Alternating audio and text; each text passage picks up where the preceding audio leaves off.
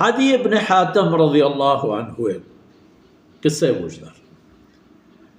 ای واجہ گوشی کہ کنت عند النبی صلی اللہ علیہ وسلم روچ من رسول اللہ صلی اللہ علیہ وسلم محضرہ وائی خدمت موجود فجاءه رجلان اللہ رسول صلی اللہ علیہ وسلم خدمت اقدس دو مردم اہتند احدهما یشکو العیلہ یکی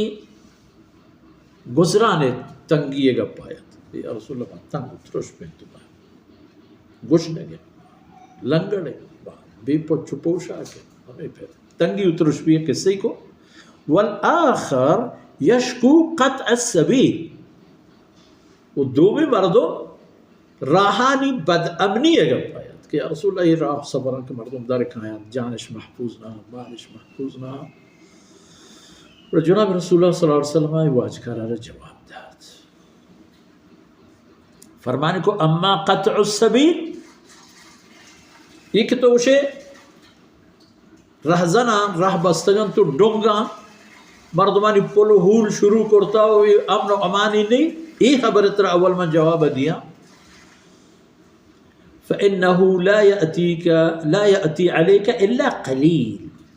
یہ دیر نہیں کم کے وقت گزیتی سرا کم کے وقت آورن تو گندے حتی تخرج العیر الى مکہ بغیر خفیر کہ کاروان ہوشترانی